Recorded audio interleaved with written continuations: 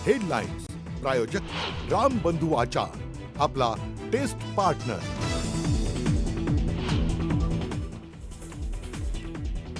कोकणात जाणाऱ्या गणेश भक्तांना मोठा दिलासा। गणेशोत्सवात कोकणात जाणाऱ्या भाविकांना टोल माफी जाहीर। बेस्ट पतपेढी निवडणुकीतील पराभवानंतर राज ठाकरेंची पहिली प्रतिक्रिया। कसली निवडणूक होती, त्याला इतकं काय महत्त्व देता? राज ठाकरेंची मिश्किल टिप्पणी। कबूतरखान्याचा मुद्दा राजकीय, जाणीवपूर्वक वाद घडवले जातात, तर माणसांपेक्षा कबुतरं महत्त्वाची आहेत का? कबूतरखान्याच्या आंदोलनावरनं राज ठाकरेंचा सवाल। मंत्री छगन भुजबळ सिंहस्थ कुंभमेळ्याच्या आखाड्यात जिल्हाधिकारी कार्यालयामध्ये घेतली आढावा बैठक, तर नाशिकच्या पालकमंत्री पदावर भुजबळांचा दावा। मुख्यमंत्री देवेंद्र फडणवीसांचा उद्धव ठाकरेंसह शरद पवारांनाही फोन। एनडीएचे उपराष्ट्रपती पदाचे उमेदवार CP राधाकृष्णन यांना पाठिंबा देण्याची विनंती।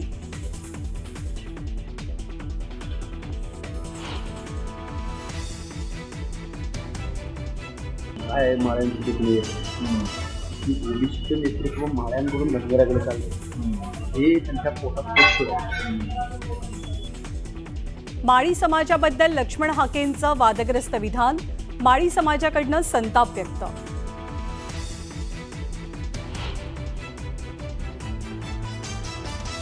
बाळासाहेब थोरातांनी संग्राम बापू भंडारेंचे सर्व आरोप खोडून काढले। थोरातांकडनं लाव रे तो व्हिडिओ। संगमनेरमध्ये भंडारेंनी थोरातांना दिलेल्या धमकीच्या निषेधार्थ मोर्चा।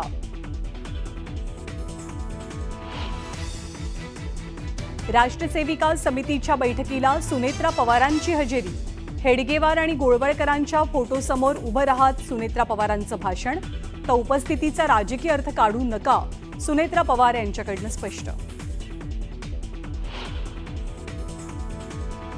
भाजपचे प्रदेशाध्यक्ष रवींद्र चव्हाणांचा काँग्रेसला धक्का। खासदार प्रतिभा धानोरकरांचे दीर अनिल धारोळकरांचा भाजपत प्रवेश। चव्हाण आणि अहिरांच्या उपस्थितीत शेकडो कार्यकर्ते भाजपत।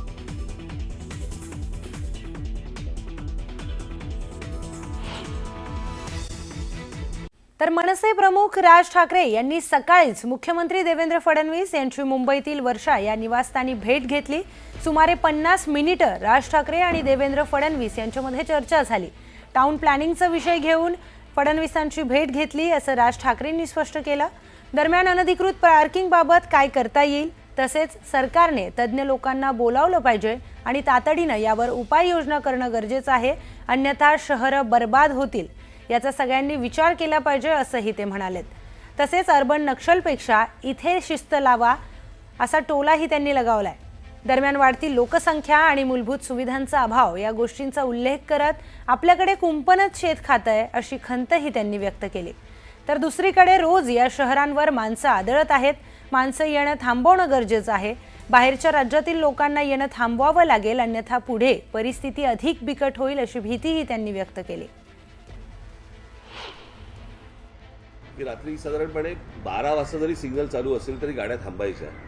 आता दुपारी 12 वाजता पण थांबत नाही, आणि ही या प्रकारची बेशिस्ती की कायद्याला न जुमानणं, आणि कायदा जरी तुम्ही केलात तरी आम्ही आमच्या पद्धतीने वागणार, मला असं वाटतं ह्याच्यातनं शहरं उभी नाही राहणार। आपण अजून वाईट गोष्टींकडे आपण जाऊ। अत्यंत विचित्र लेवलवरचा किऑस हा भविष्यामध्ये मला दिसतोय, जर आत्ता याच्यावरती जर काही उपाययोजना झाल्या नाहीत सरकारकडनं तर।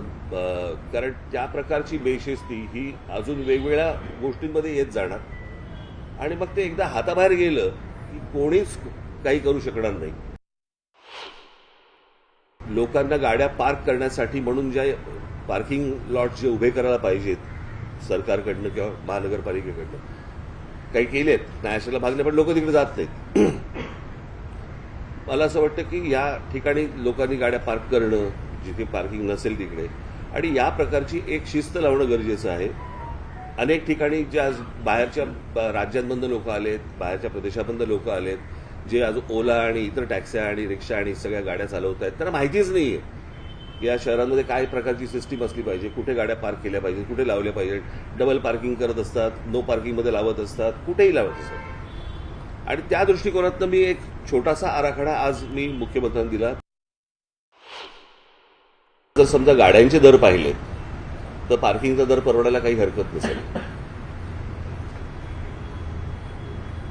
तुम्ही जर गाड्यांचे आता सगळे दर बघा ना आता काय आहेत ते, आणि साधारणपणे महिन्याला 2,000 आणि महिन्याला 1,500 आणि महिन्याला असे जर समजा 3,000 समजा असतील, बरोबर आहे, तुमची गाडी सेफ राहते, गाडी रस्त्यावरती त्रास देत नाही. सगळ्याच गोष्टी फुकट नाही मिळू शकत ना. मग जर समजा आपण तसं जर बघायला गेलं तर समजा आता एखाद्या भागाचं समजा आता आपण असं पकडूया की साधारणपणे दादर भागामध्ये स्क्वेअर फुटाचा भाव काय चालू आहे, काय 70-80 हजार रुपये स्क्वेअर फूट चालू आहे ना. मग रस्त्यावरती जी गाडी तुम्ही पार्क करता तो किती स्क्वेअर फूट घेता, ते स्क्वेअर फुटात मोजायचे का? आता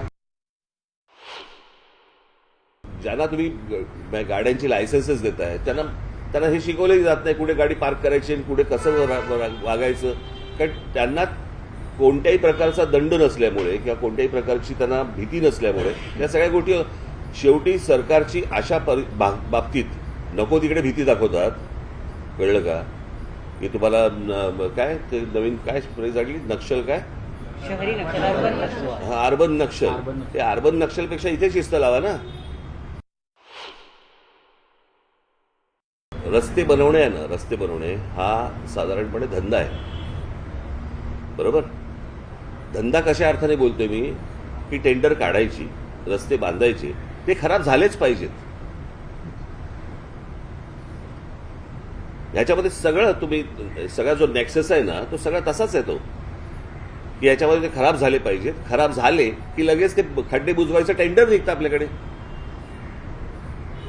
म्हणजे आपल्याकडे तो जो कोणी कॉन्ट्रॅक्टर असेल त्याला कुठच्याही प्रकारचं पनिशमेंट होत नाही. खड्डे बुजवायचं कॉन्ट्रॅक्ट निघतं, त्याच्यात करप्शन होतं, पुन्हा नवीन रस्ते बांधण्यासाठी परत नवीन टेंडर होतं. तर आपण कबुतरं आणि हत्तींमध्ये अडकलोय, तसेच मूलभूत प्रश्नांकडे आपलं दुर्लक्ष होत असल्याची टीका मनसे अध्यक्ष राज ठाकरेंनी केली आहे. तसेच कबूतरखान्याचा मुद्दा हा राजकीय होता असा टोला देखील त्यांनी लगावलाय. जाणीवपूर्वक वाद घडवले जातात, तर वाद घडवण्यासाठीच हे विषय काढले जातात अशी टीकाही राज ठाकरेंनी केली आहे. त्यामुळे वाद घडवणाऱ्यांना फारसं महत्त्व देऊ नये, तसेच कुठे रिस्पॉन्स दिला पाहिजे हे आम्हाला कळतं असा टोला देखील राज ठाकरेंनी कबूतरखान्यासंदर्भातील आंदोलनावरून लगावलाय. दरम्यान माणसं मेलेली चालतात, कबुतरं मेली नाही पाहिजेत, म्हणजे माणसांपेक्षा कबुतरं महत्त्वाची आहेत का असा थेट सवालही त्यांनी उपस्थित केला. काय झालंय, आपण कबुतरं, हत्ती आणि इतर गोष्टींमध्ये आपण इतके अडकलोय की या ज्या मूलभूत समस्या ज्या आहेत याच्याकडे कोणाचंच लक्ष नाही. म्हणजे लोकांना गाड्या पार्क करण्यासाठी म्हणून ज्या पार्किंग लॉट जे उभे करायला पाहिजेत सरकारकडनं किंवा महानगरपालिकेकडनं, काही केलेत, नॅशनलला भागले, पण लोक तिकडे जात नाहीत. मला असं वाटतं की या ठिकाणी लोकांनी गाड्या पार्क करणं, जिथे पार्किंग नसेल तिकडे, आणि या प्रकारची एक शिस्त लावणं गरजेचं आहे. मग असे कोण जैन लोक आहेत की जे कबुतरावरती बसून फिरायला जातात? काय त्या कबुतरांचं? बरं, फक्त कबूतर मेली नाही पाहिजेत, माणसं मेली चालतात. एवढी आज रेल्वे खाली माणसं जात आहेत, इतर सगळी काय आपण त्याला खड्ड्यांमध्ये माणसं जात आहेत. माणसांपेक्षा कबुतरं महत्वाचे आहेत. पण मला माहिती होतं की तो पॉलिटिकल सगळा विषय आहे, राजकीय विषय, आणि त्या राजकीय विषय तशाच प्रकारे तो लावायचा होता की जेणेकरून, आणि त्याच्यात त्यांना लक्षात आलं की ह्यांच्याकडनं काही रिस्पॉन्स मिळत नाहीये. कारण आम्हाला माहिती आहे की कुठे रिस्पॉन्स द्यायचा एवढं तर आम्हाला कळतं की नाही.